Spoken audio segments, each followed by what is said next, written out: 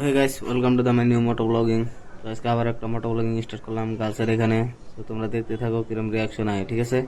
তো আশা করি মজার একটা রিয়াকশন হবো। ওয়াও গাইস, আমার কাছে মানে আজকে খুব ভালো লাগে আছে স্কুটি চালায়া। তোমাদের কাছে কিরম লাগতেছে অবশ্যই কমেন্ট করে কবা। আর বিশেষ করে গাইস আমি কিন্তু 12টা টাইম এলাম মানে গার্লসের স্টুডেন্ট গুলো দেখবার নিগা। তো তোমরা দেখতে থাকো, আশা করি ভালো লাগবে আর কি। ওয়াও, অলরেডি টার্নিং কিন্তু নেন রাম। ওর রে ভাই সাহেব, দেখতে পাচ্ছি কিরম, মানে কি আর বলবো, বলার মতো কিছু নাই, ঠিক আছে? মাল গুনে দেখো, ওর রে খুব একটা মজা লাগে আছে আমার ঠান। তোমাদের কাছে কিরম লাগতেছে? আর ভাই সাহেব গাড়ি কিন্তু আমার বাইকনার ঠান দিলাম।